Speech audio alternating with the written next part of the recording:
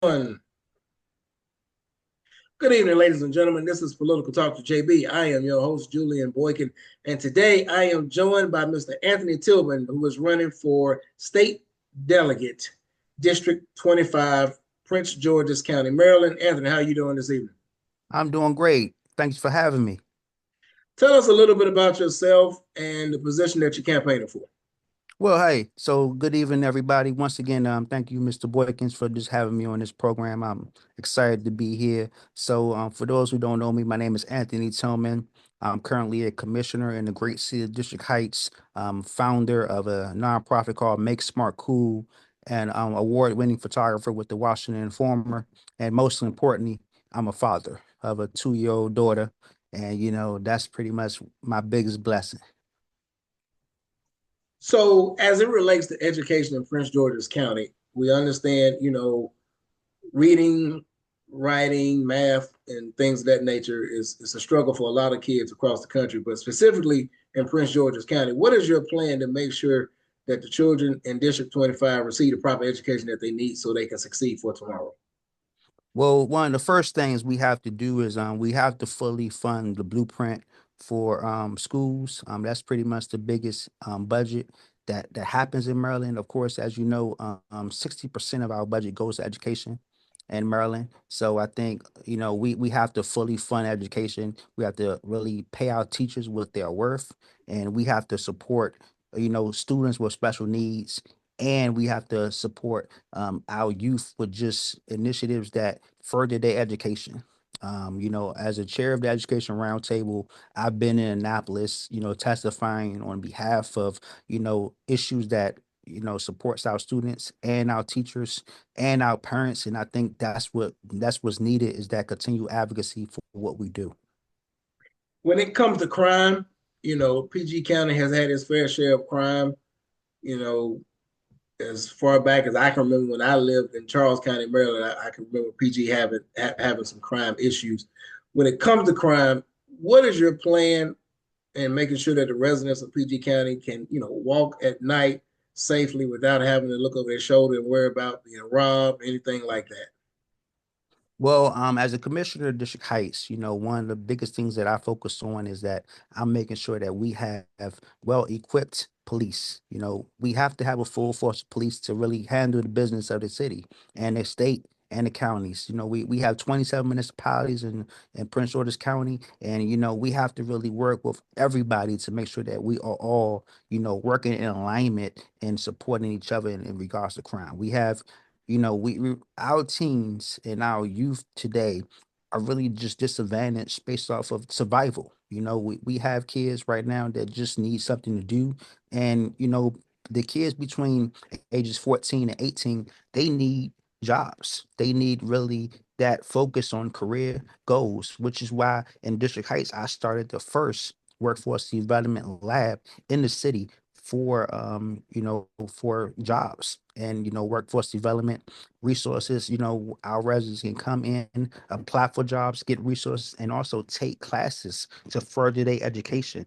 And I think that's what really needed is us getting that extra push and helping our youth, and of course additionally our seniors, to further their education if they want to switch. Because one thing we also have to be mindful is not just youth need jobs, but our adults and seniors need jobs as well. So we just have to be sure that we all working together to focus on that aspect and that goal. Because at the end of the day, college is not the only option, and we really Exactly. have that mindset that our kids can do whatever they want to do now. They can go be an electrician, they can be a plumber, they can be IT. So we really have to we have to meet people where they are. And I think that's what we're not doing is we're not meeting people where they are. If kids are bored, people think that all they're gonna do is play basketball. Kids don't want to play basketball no more. They want a job. They want to work like me and you. They want Right. to take care of their families as well. So we have to make sure that they have every resource possible to get to where they need to go, so they won't be focused on doing things that they're not supposed to be doing. Correct.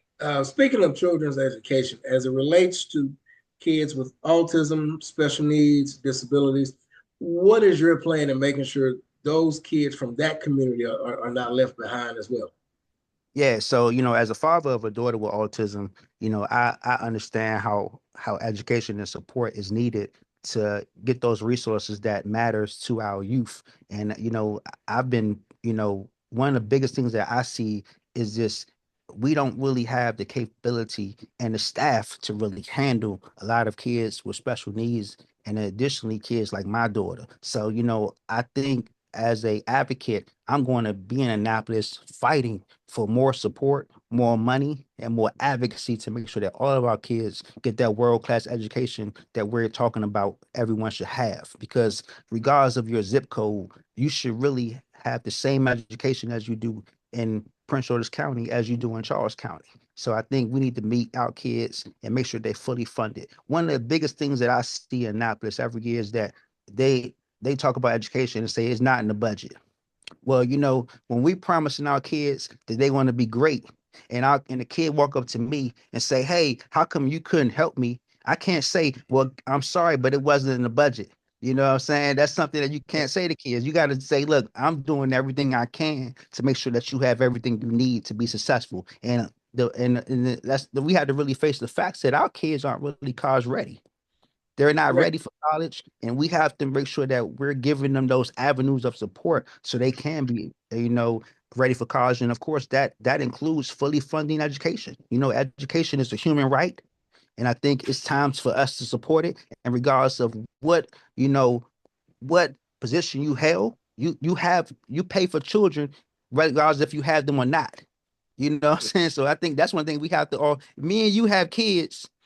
We pay for education regardless if we had them children or not. That tax pays for the education. So we have to make sure Correct. that we're at least fully funding it because that education is an initiative for everything. It's an initiative for economic development. It's an initiative for safety. When you look at where you need to live at, you look at the education, you look at the schools, you look at the community, and if those kids aren't striving in that community, you will not want to live there.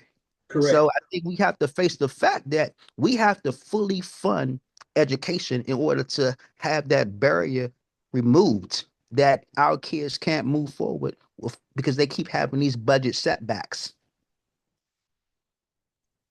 When you speak on making sure that special needs kids with autism and disabilities they get the proper support that they need, are you speaking of making sure that we have more teachers that are certified in that field, or what additional resources are needed to help special needs children?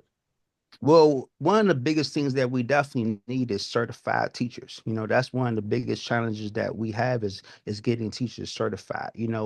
Last year, in Prince George's County, we had a 14% decrease in teachers. That's almost 1,100 teachers that didn't come back. And I think that's where the issue is that they overworked. They overworked and underpaid. And that's the issue that we have, not just in Prince George's County, but the whole state of Maryland, is we're not finding educators. So what we need to do is we need to make sure that we're paying them the a livable wage so they will want to come and teach with us, because if we're not paying them what they deserve, they're going to go somewhere else. So when I think of special education and I think of the things that my daughter went through, I had to go to Virginia to get her tested for autism, because DC and Maryland wasn't available. So I can imagine parents that don't have cars, they can't get out there to Virginia like Mm. I. So we have to really start having more access here in the state and counties to really make sure those kids get the services that they need. And I'm gonna be 100% honest with you. One of the biggest issues that we have in the state of Maryland is the customer service problem. You can't call no one and not be sent to someone else. It's like a phone call. If you have an issue, it's not one person you can call that can handle your issue. The first thing that happens when you call somebody, they say, "Okay, well, I'm gonna have to have you talk to Susan." And then Susan, as soon as you call her, well, unfortunately, I'm gonna have you call Tanya, because that we don't, and that's what I'm saying. We have to have one unit that handles everybody issue and really have that 24-hour customer support that people need, because a lot of the resources aren't there because we don't have access to them. And I think that's the same thing with education. We really want our kids to have this world-class education, but they don't have the assistants and the staff to really give us that. One more question for you. Why should the people in District 25 vote for you? Well, I'm gonna keep it real with you, man. You know, for the past 3 years as a commissioner of District Heights, I've listened to the people, I've advocated for the people, and most importantly, I've gotten results. When we send someone to Annapolis, we're not sending someone to Annapolis that don't know what they're doing. We're sending a leader with results. If you look at my accomplishments, I'm pretty much the only candidate in this race that's elected by the people, not appointed. The majority, everybody that's running in this district that's currently serving in Annapolis were appointed. They wasn't elected. I created the first workforce development, lab in the city of District Heights. So we're the first municipality to help people find, provide jobs, and get resources.